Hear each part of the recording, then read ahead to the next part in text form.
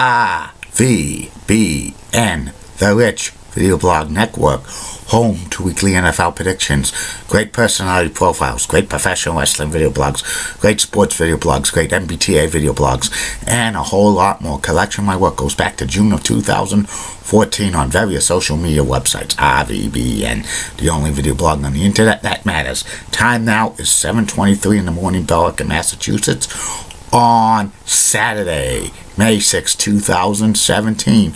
Waking up to 45 degrees out right now, but a very damp and dreary day. Get used to these for the next week or so. There'll be limited sunshine and a chance of rain showers every single day. It's not a washout any of these days, but it's not, you can't go to the beach on this day, on any of these days, or get some sun, because the sunshine's not going to be there the entire day. Get stuck in these weather patterns in May. It's a bummer, but what are you going to do about it? Some news to report on the RVBN News. Why Minnesota Twins beat the Boston Red Sox by a score of 4-3 last night. Joe Mauer, first baseman of the Twins, hit a walk-off home run. The Cleveland Cavaliers are up 3-0 against the Toronto Raptors. No surprise there. The Cavaliers go for a sweep Sunday afternoon at 3:30 on ABC. Also, San Antonio Spurs beat the Houston Rockets, go up 2-1 in their series. The St. Louis Blues beat the Nashville Predators by the score of 2-1 to cut the series deficit to 3-2 and force a game 6 at Nashville. The Predators are probably going to close it out in Nashville, because that arena, the Bridgestone Arena, is one of the best, like the biggest fan crowds in the NHL. The Anaheim Ducks beat the Edmonton Oilers in double overtime by the score of 4-3.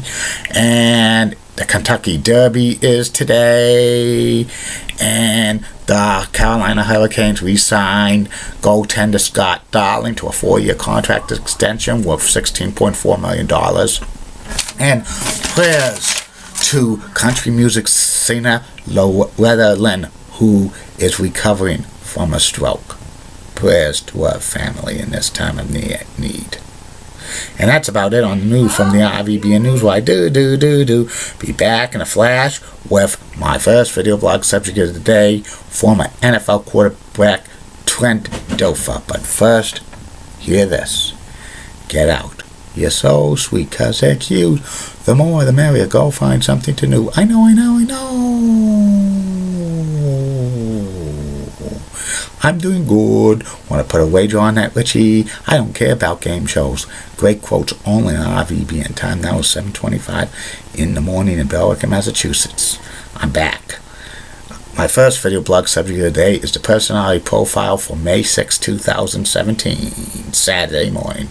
Today's personality profile is about former NFL quarterback and former ESPN NFL analyst Trent Dilfer. Trent played in the NFL for 13 seasons, and he was a decent NFL quarterback, winning a Super Bowl.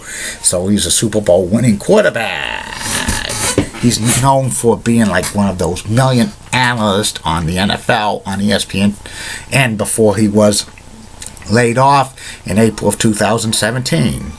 Trent was born and he grew up in California. He played high school football, one of the best in the state, recruited to be at Fresno State, and he was one of the best quarterbacks in Fresno State history, setting a lot of touchdown records and passing records for a quarterback at Fresno State, and he was the WAC Offensive Player of the Year. And in his junior year, Trent won the Sammy Baugh Award. The Tampa Bay Buccaneers drafted Trent in the first round, 6th overall in 1994. The Buccaneers at the time was one of the worst teams in the NFL. They were really looking for a franchise quarterback, and they thought Trent would fit the bill. And for several seasons, Trent was a good quarterback for the Buccaneers, leading them to a couple of playoff appearances, but he never won a big game for them. Then he went to the Ravens, and then he was a Super Bowl winning quarterback with the Ravens in Super Bowl 35. He wasn't, an average quarterback at best, but the Ravens at that time were known for the big defense with Ray Lewis leading the charge.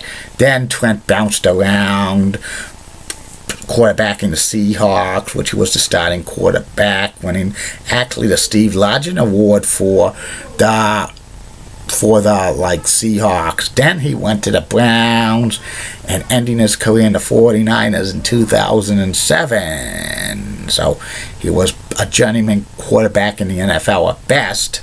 He had some decent seasons, 5 seasons of 2,000 or more passing yards. 4 times he had 200 or more completed passes. 2 times 20 or more touchdown passes. 11 times he was 50% completions. 1 time he made the Pro Bowl, and 1 time he was a Super Bowl MVP he was a Super Bowl champion in 2000 with the Ravens.